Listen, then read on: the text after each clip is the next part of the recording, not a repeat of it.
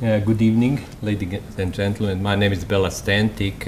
I'm acting head of School of Information and Communication Technology, and I'm also director of Big Data and Smart Analytics Lab with the Institute for Integrated Intelligence System. So I would like to begin by acknowledging the traditional custodians of the land on which we meet today and pay respect to the elders past and present, and extend that respect to all Aboriginal and Torres Strait Islanders people. So welcome to Impact event, making the most of the innovation agenda, science, technology, and innovation policy for economic growth. I would like to acknowledge our guests from Gold Coast City Council, WIVE, Department of Transport and Main Roads, IBM, Meta Research, and a range of the researchers from different universities, including Griffith University, QUT, UQ, Bond, and Southern Cross University. So I believe you know we started this Impact Lecture event 2 years ago, and goal was of engaging the public with the diversity of science, engineering, and technology we undertake at Griffith University. Over these years, the discussions and presentations have been wide-ranging from last month discussion on how we can build successful, sustainable, and efficient cities through urban planning and regional organization.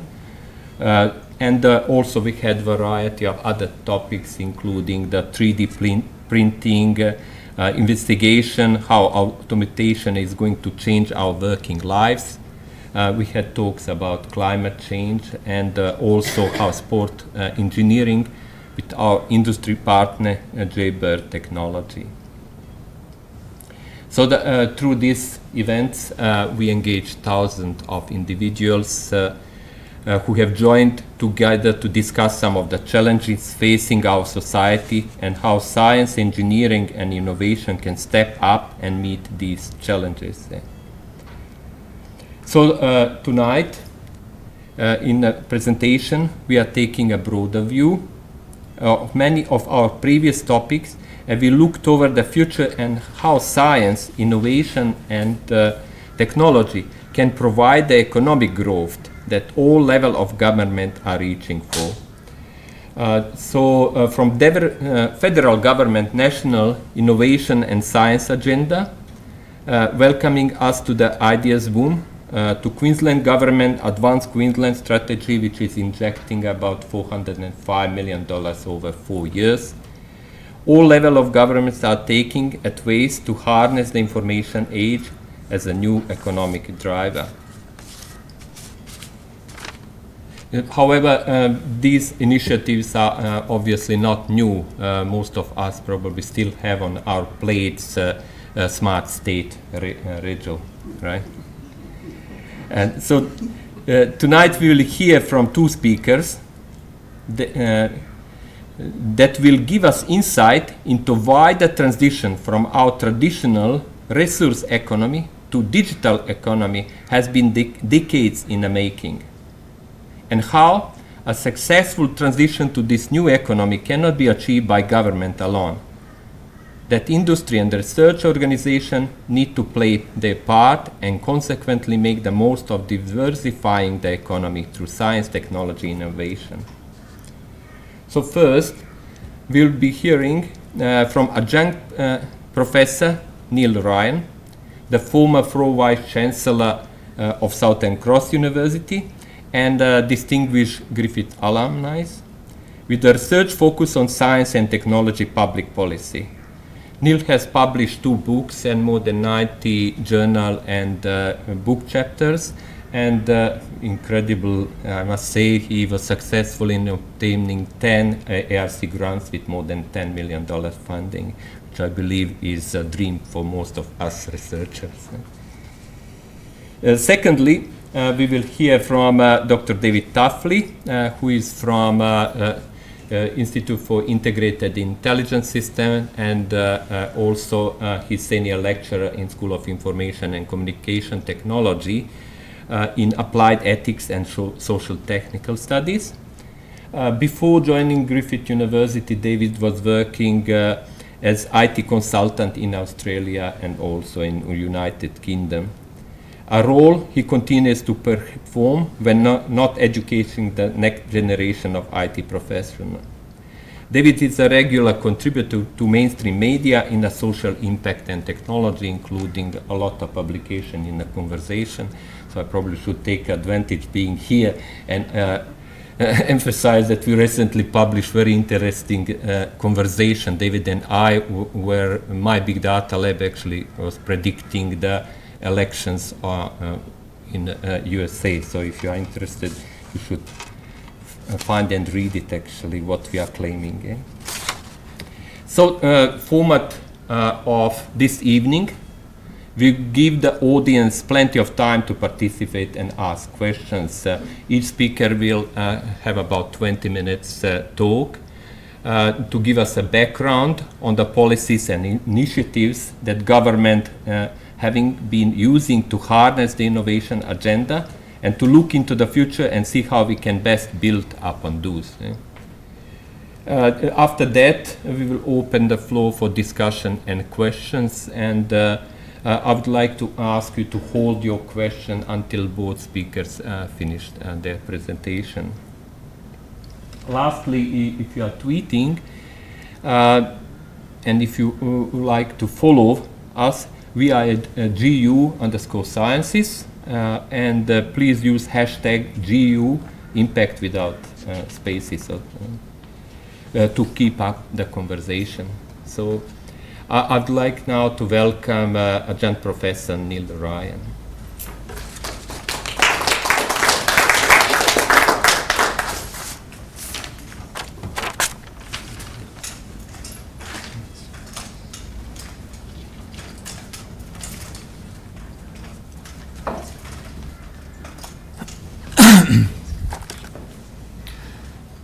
So when they told me to go out and break a leg, I went out and broke a leg to get here.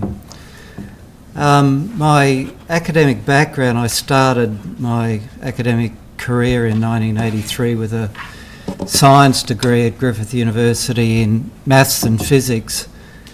And at Griffith University, science students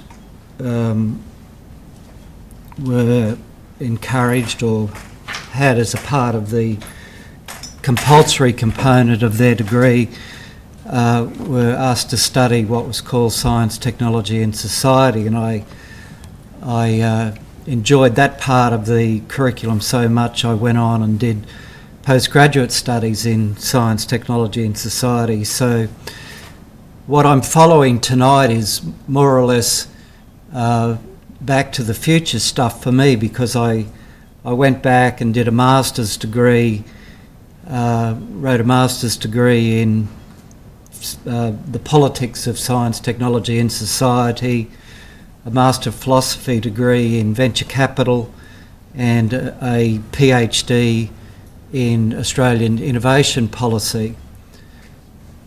So why I decided to come back out and do something more public on this was that at the 2016 election, or I suppose it started in 2015, was that science and technology policy once again hit the agenda after being off the agenda for quite a long time. There's been various waves of science and technology policy being in the Australian, on the Australian agenda as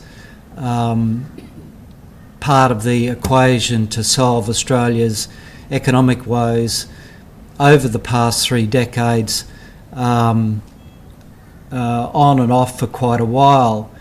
And if you plot that, it usually relates to how well Australia's doing with resources. So when the resources, the value of our resources go down, usually the debate turns towards Australia being the clever nation and we need to find something else apart from resources to fill the gap, and that's been the pattern over years and years and years.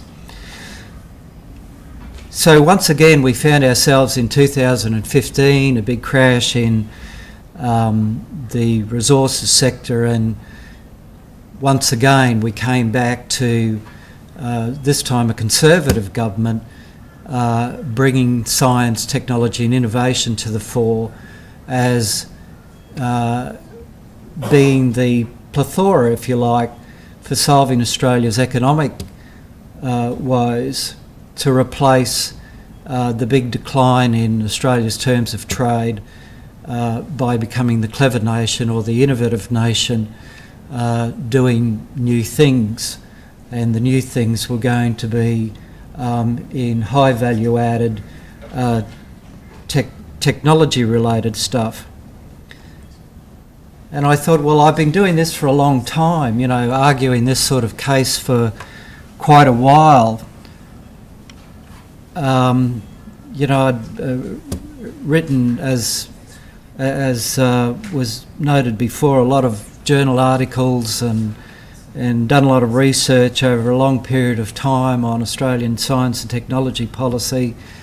What would be different to what's happened over the last 3 decades now to what we've been doing that would make it successful this time, that we haven't been successful with that transition previously? So what I'm going to look at first is what's been the problems with the basic nature of Australian science and technology in the first instance, the way we've tried to address those problems, and is there anything different fundamentally with the way that we're addressing that now that will make it more likely that a transition to a science, technology and innovation sort of strategy make it different. How do we transition from a agriculture, tourism and resource-based economy to something that is going to be different in the future? So we re-engaged in 2015 and 2016 the debate about moving to, or brought into the political debate, the debate about a high value-added economy again. Now, Dave and myself have been working together for a couple of years, and we have different interests, but we were able to marry together some similarities about where our research interests overlapped in this case. So basically we are arguing that there's been particular things over 3 decades where governments have addressed individual policy issues, and I'll give some examples of that, to address weaknesses in the science and technology system that I'll refer to as the national system of innovation. And when I talk about the national system of innovation, I'm talking about the whole box and dice: research and development, the linkages between universities and industry. We're talking about the training of scientists. We're talking about PhDs. We're talking about everything to do with what would make a national system or an economy that is that looks like a high technology sort of based economy, as you would see in more developed economies overseas. So some of the problems that we've had historically is Australia's always had good science and technology. The first problem, if we go back to the 1970s, and we started to address this in the 1970s, was that most of our science and technology was very basic research orientated. So we were good at fundamental research, very bad at translating that into commercial research. And there were policy mechanisms put into place to try and translate that basic research into stuff that could be commercialised, link that basic research into industry. And there were various policy mechanisms that were put into place that do that. We put into place things like collaborative research programs or funding programs that had industry working together with universities or research organisations or whatever. Now in 2015 and 2016, we still have that problem. If we look at the chart of tables, David, we got the... You just click on your face.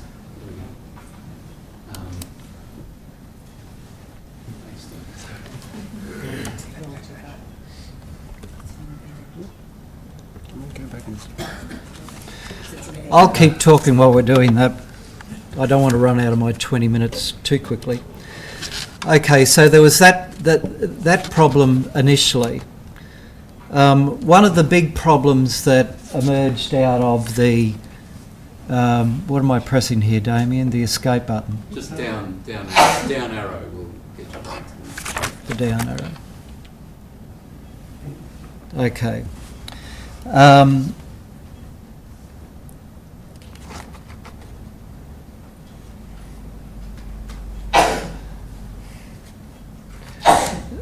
A second problem that was pretty major in the Australian science and technology system, and again this was a question of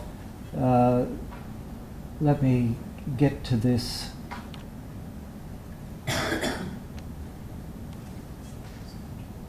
There. That's where Australia sits in science and technology expenditure, and compared to OECD countries, science and technology expenditure in Australia sits in about the middle of OECD countries, but that's mainly because of government expenditure in science and technology. If you actually look at what Australia spends in research and development, taking industry out of the equation, or looking at industry specifically, industry expenditure on science and technology is right down the bottom of the table. So then we found part of the problem was there was no investment in Australia in commercialisation of Australian science and technology. And then we started to run these programs, venture capital type programs that invested in commercialising Australian science and technology. Now those programs in themselves were reasonably successful. They were small, so small as to be ineffectual in changing the whole system. So we had a recurrent theme, and I could go through a whole lot of schemes, individual schemes that were small in nature. They addressed one component of the system, and they were insufficient to make any difference to the whole system.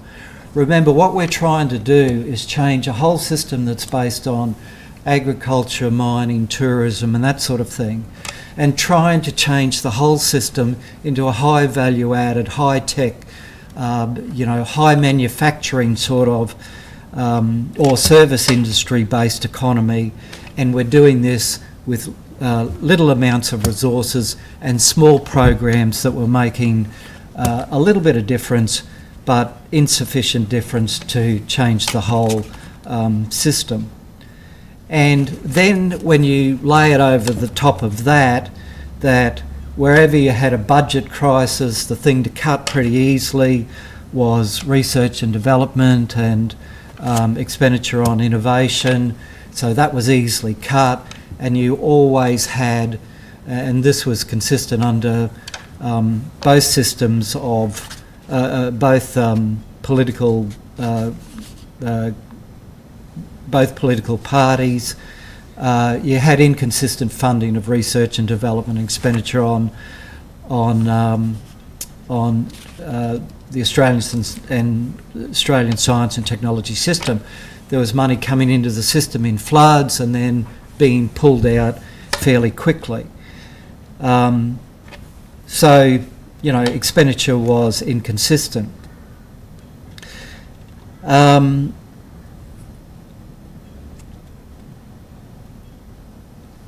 So if I just go back one table, if I look at that table and look at the expenditure, some of the things to note from that table is down the bottom of the table, the expenditure on research and development. It tells you that at the bottom of the table, the expenditure at the bottom of the table, I can't see it around the corner there, or it's not showing up there properly anyway.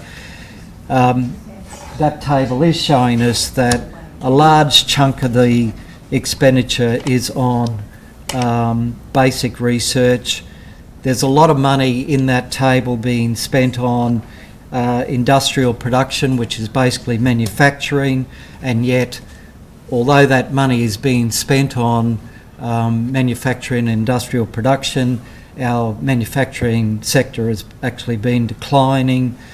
We've just had the announcement that a major component of where we're going to become a high-tech nation is in defence, and if that blue thing was more readable at the moment, you'd see in actual fact our expenditure on defence is really a low part of our total expenditure on research and development, and a lot of our expenditure is on things like agriculture and mining, for example.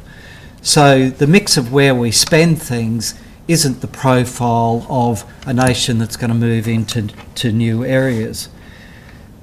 We did start around about 2008 to start to look at the whole system. So what I'm painting is a system that was fragmented, looking at little components of the system like, not enough linkages between research organisations and industry, not enough money on venture capital, not enough commercialisation, to something that was more holistic.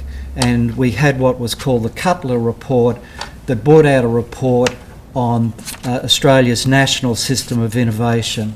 And it took a more holistic report that looked at the whole system. And again, as I say, there was a system of innovation that looked at the whole box and dice, human capital, the institutions that deal with science and technology, so that's the research organisations, the businesses that would feed into that, the facilities that we would use in a high-tech economy, how we would use information and data, the complexity of innovation, etc., etc.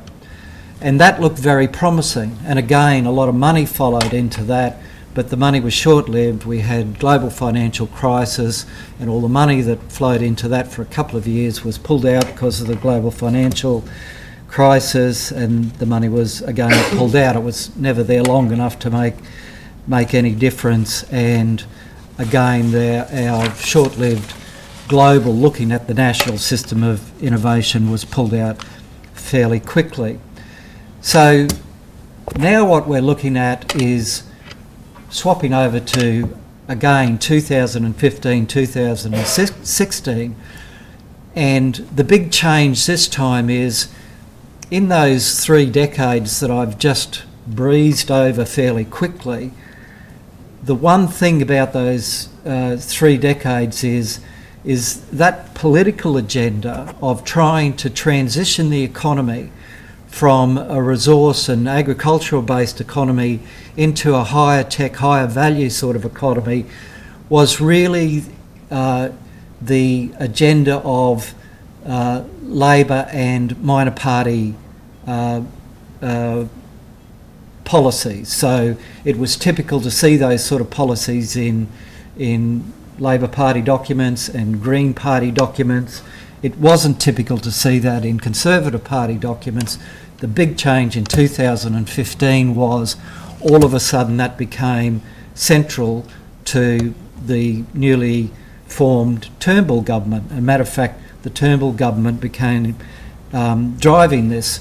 So the big change was you had alignment with the political parties in all agreeing that the change that needed to happen in Australia was we no longer had, or we could see with things like coal, for example, a decline in the coal price as long as we could see.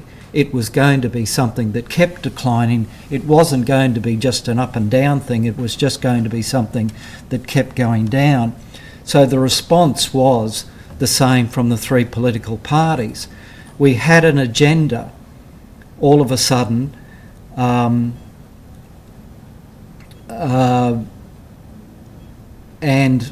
the agenda that the Turnbull government started with in December of 2015 was it was going to set out culture and capital, collaboration, talent and skills, address all of these issues to set up our new high value added economy, with government being the exemplar. The government was going to be the driver of innovation, so which was, unfortunate that I'm giving this week as an example of that after what's happened with the census this week. But government was going to be the driver of innovation and was going to demonstrate to industry how it was going to be done. Or we could say that IBM actually did that. So. Same as the payroll from Queensland Health. Yeah, okay, right. Government wasn't a good exemplar.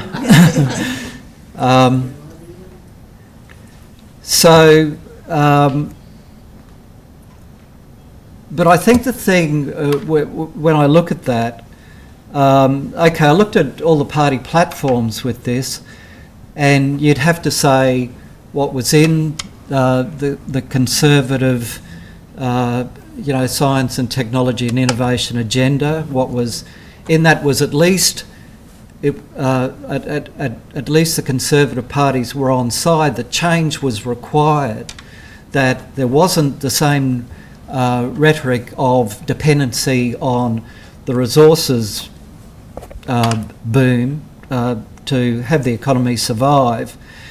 The ALP policy was much more extensive, had a lot more things in.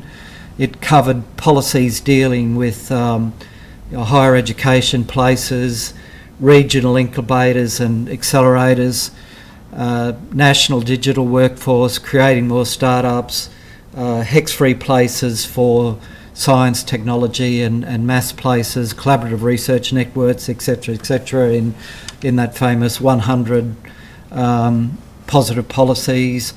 And then you could look at the Greens or Nick Xenophon's party. The Greens had a very extensive party platform dealing with future industries, the industries of the future also.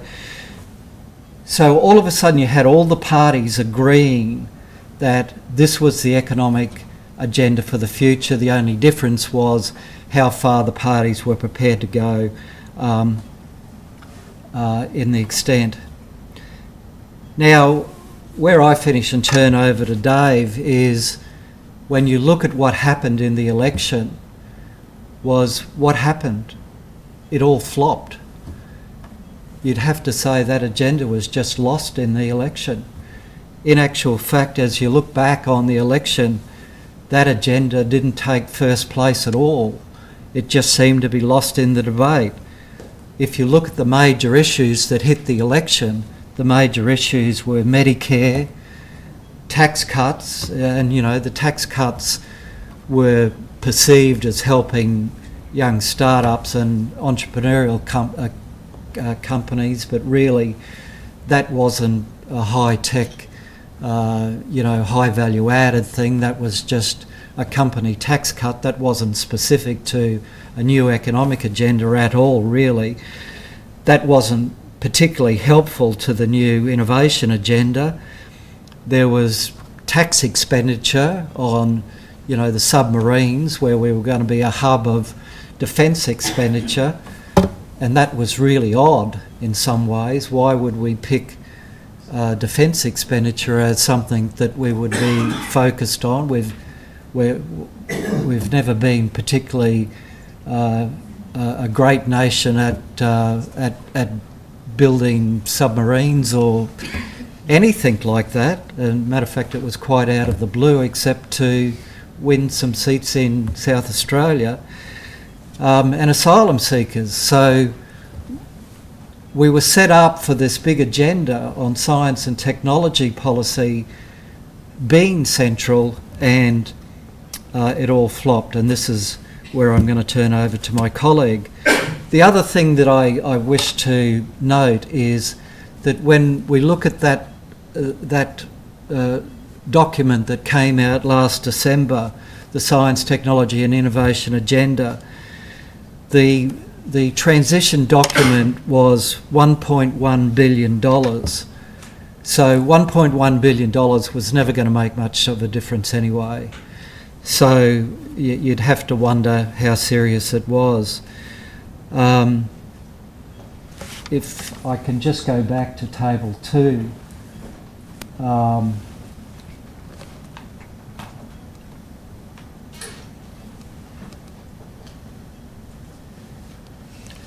If you look at Australia in comparison to other countries, look, I had covered that to some extent, and again, I hadn't had that on an overhead. I could see it on my computer, but again, it's the same point. Australia compared to other OECD countries, at least in research and development, has a poor starting point, and there was really nothing in that, in what we've done or announced in policy, or whatever that is going to make some sort of major transition. So we've got a big point that we're going to make that we think should be the starting point for all of this. What I've painted the picture of is there's been these little programs that have made marginal differences on particular issues, be it venture capital or be it research and development or the graduation of PhD students or whatever. But there's something more fundamental that I'll let Dave kick off with. And Dave, if I could have a couple of minutes at the end, I've got something I'd like to say at the end. Sure. So, careful.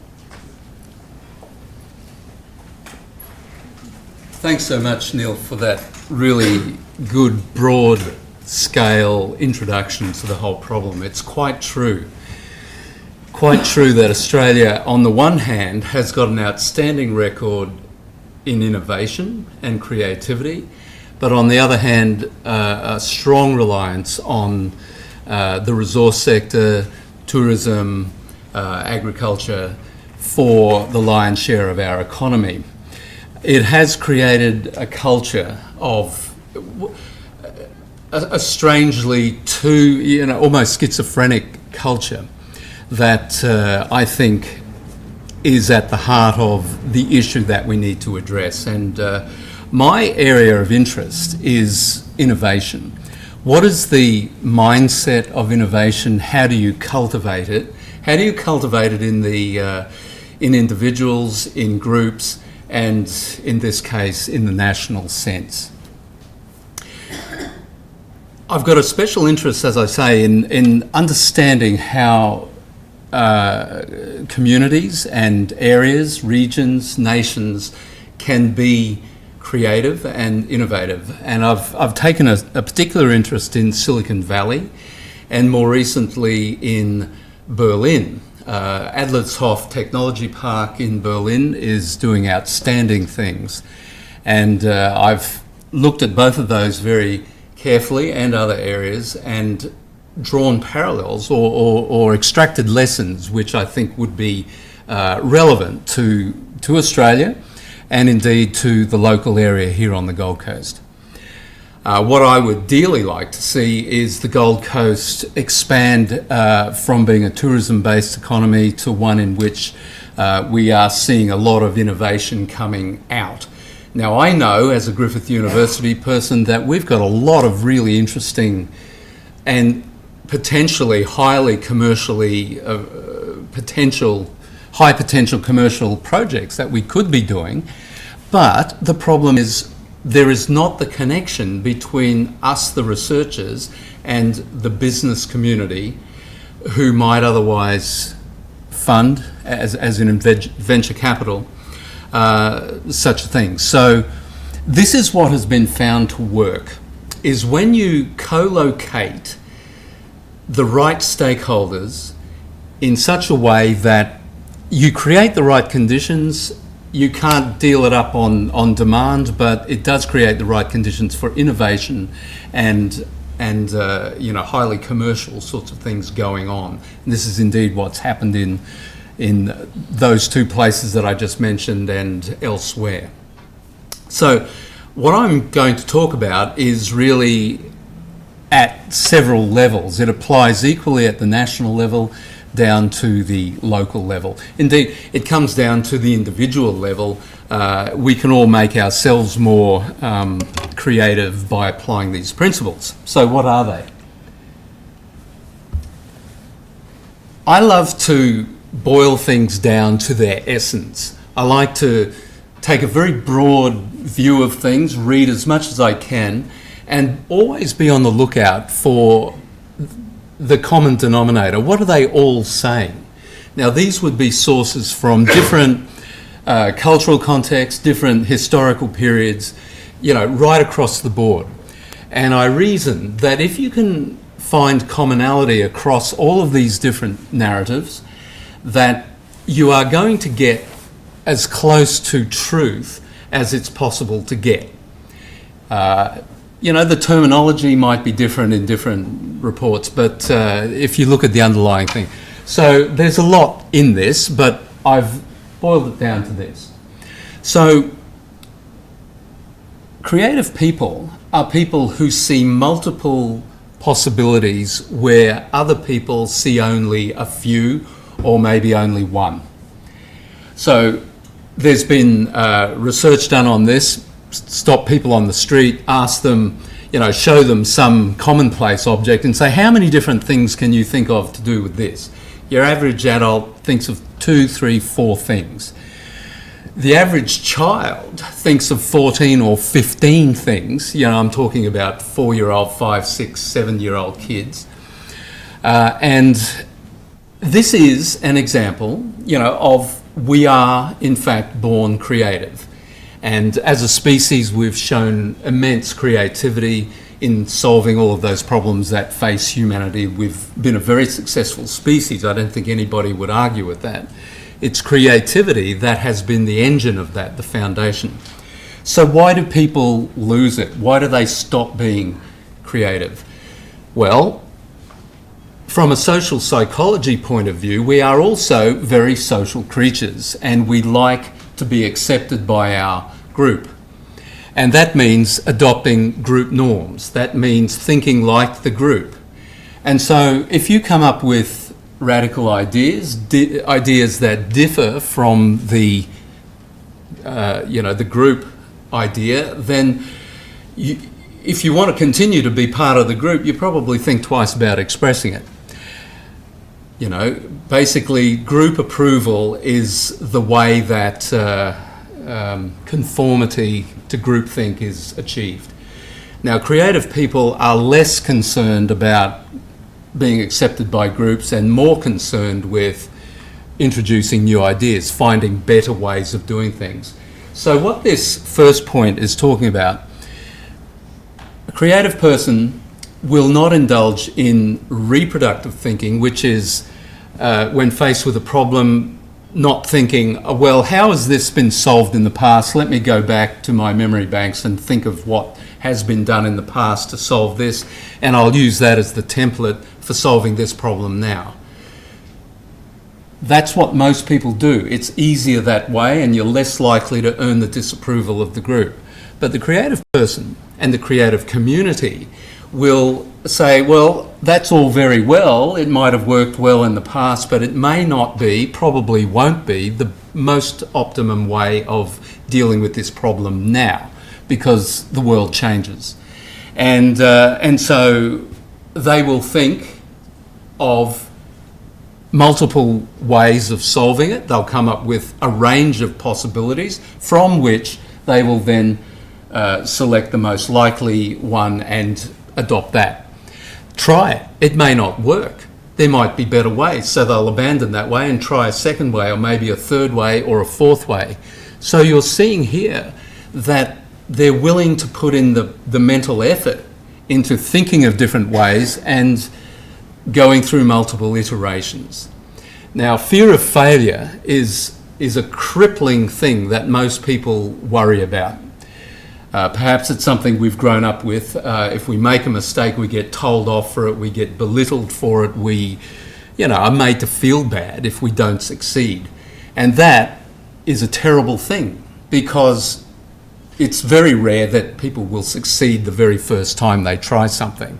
We as individuals, we as a community, we as a nation, do need to understand that if at first you don't succeed, try trying again. Just keep trying.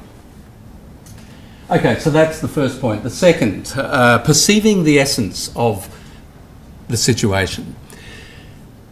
We are deluged with so much information that dealing with it is a real problem. My colleague Bella has developed some groundbreaking big data analytics that helps to cut through to the truth of a given situation.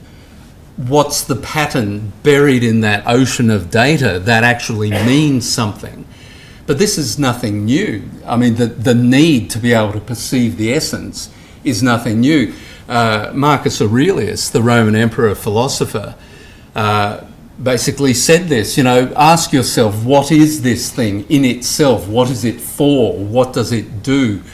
Look past the outward appearance and understand what it really is all about. And once you've drilled down to the truth of it, well, then you can do something with it.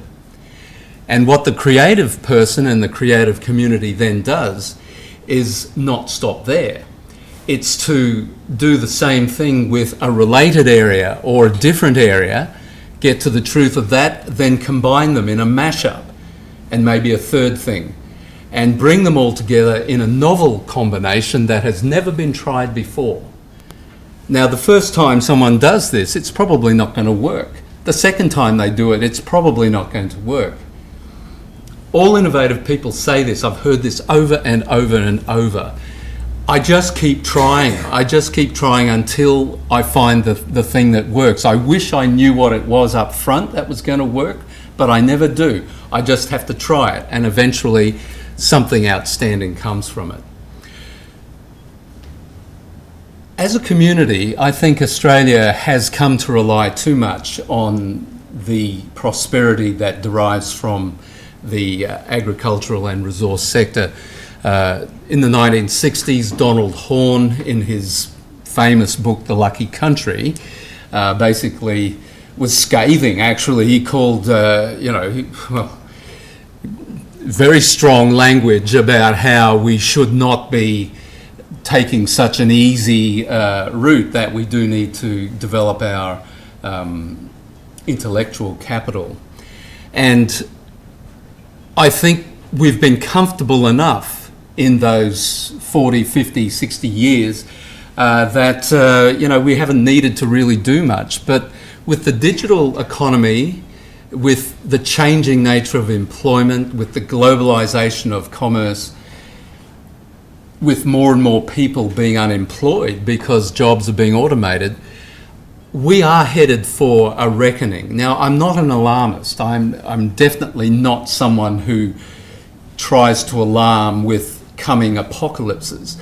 But I do see a reckoning coming where the Australian economy does indeed have to do something more than it is currently doing. And the obvious thing is to become a more creative nation. Let's keep our tourism, let's keep our farmers, let's keep the resource sector, keep them strong, keep them going for as long as we can. But in parallel, develop our intellectual capital to have a more creative culture. There is a compelling reason for wanting to do this. I've mentioned if at first you don't succeed, that's absolutely necessary. You've just got to keep trying and not worry about the fear of failure. It's not easy. I'm not saying it is, but it's necessary. random selection and combination of ideas. This is part, I've touched on this already, but essentially, unlikely combinations of things have been known to work fantastically well, but it was not obvious to anybody that that might be the case. You only know in retrospect whether something is going to be like that. So certainly in a directed way, it's good to think, well, this might work, and make your best guess and bring it together. But you know, if it doesn't work terribly well the first time, then the second, then the third, then the fourth, you keep trying, basically. So that's essentially what creative people do and what creative communities do. These things. So, and finally, creating a culture of innovation. If we embody these things, then they will, over time, create a culture of innovation. You can't create it overnight on demand, but you can create the right conditions for it to happen over time. And so how does that work? Well, the lessons learned from other successful places is quite clear, I'm happy to say, and it is to create precincts, creative precincts, where the stakeholders, being the researchers, being the venture capitalists, being government agencies perhaps, are brought together where they can interact with each other in informal ways. And it takes time. So essentially there has to be incentives for people to talk to each other. And the lessons are that if you have facilitators, people who bring people together, and you know, much like we are here tonight, we are a diverse group of people. Afterwards there'll be drinks and an opportunity to talk. You know, this is the sort of thing I'm talking about. If you bring diverse backgrounds together, who knows what comes of it? You can't predict, but there might be serendipitous outcomes, and that's really the way it works. In Berlin, for example, the government, the state government of Berlin, it is a federal state in its own right, and the federal government do fund.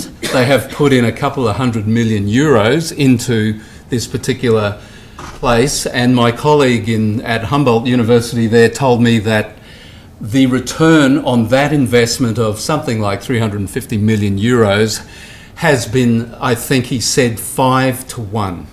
The revenues generated by that park alone have exceeded the government investment 5 to 1. They're very interested in solar technology and sustainable energy, for example. Germany's very keen on developing those sorts of things, but not limited to that. Government funding is required, as Neal pointed out. The Australian investment in R&D is, well, let's say it's nothing much to brag about. But it is a priority, I think, with the coming difficulties of the employment situation. We need to create new jobs. And, you know, I've been writing some articles for the Conversation lately, and this figure of 65 or 70% of jobs 5 to 10 years from now have not been invented yet. It's the technology that will exist then that will create those jobs, and other jobs will go as a result. So jobs being replaced by technology is nothing new. It's simply a matter of being proactive and looking at where the job opportunities are coming from. And I think I'm nearing the end of my time. I might hand back over to Neal for the final bit.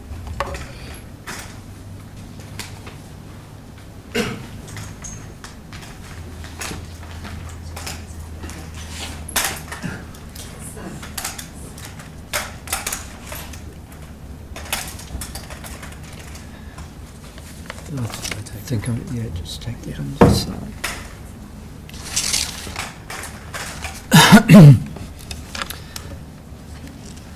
A starting point for me with this, two things. I was in Sweden recently, in a place called Malmö, and I was visiting the local Science and Technology Museum, and I was taken back a little bit by the museum being full of really young children. The museum was really full of this, and it struck me at the time how children from a very young age were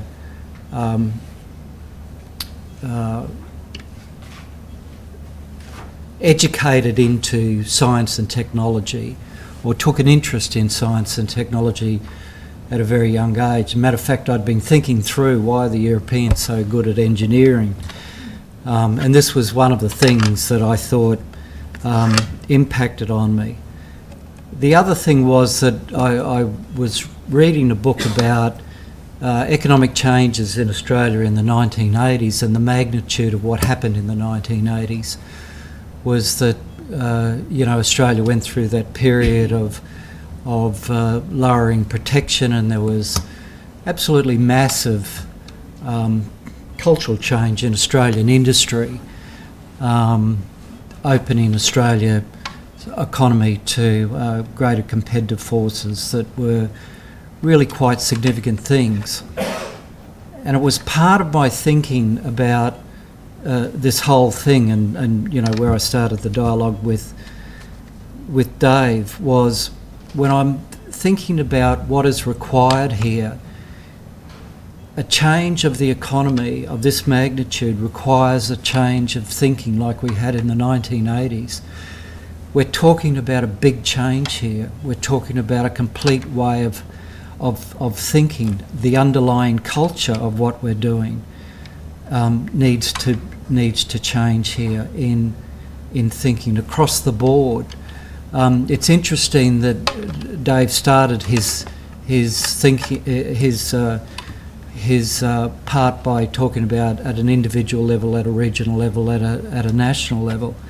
And it is interesting how you have all these examples around the world, how regions that have been able to change their culture have been able to develop this culture of creativity, of being able to go with the flow and develop change and attract industries into their area that are consistent with the culture that they're creating. So I think my parting comments is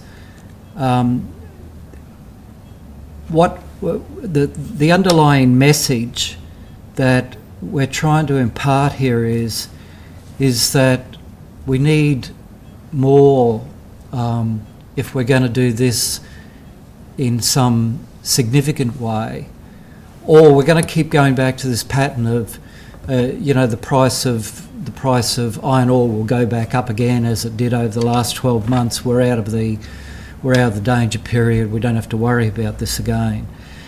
We need changes of attitudes, changes in values, including social values, changes in our culture about risk, regulation, thought, diversity, acceptance, tolerance, creativity and imagination. It was interesting in our debates when we were thinking about this paper, what are we going to say about change and new ways of thinking? Are we opening ourselves up to saying, well, there's these debates going on at the moment. Does this mean that we're playing into the hands of the current debates on, freedom of speech means you can say whatever you like about, being intolerant of other races or other religions or whatever. I don't think we're saying that at all. And what I think we're saying is, in actual fact, what we're looking for in the debate is more tolerance, and more embracing of other ideas rather than less. Let me just finish with a quote from the OECD in its assessment of the nature of culture on science and technology, and it says the culture of innovation. In the culture of innovation, it is increasingly recognised that innovation is influenced by certain social and cultural values, norms, attitudes and behaviours, which may be described as an innovation culture. More and more governments therefore consider it important to foster and strengthen an innovation culture through policy measures based on the assumption that culture and social behaviours are amenable. So, thank you.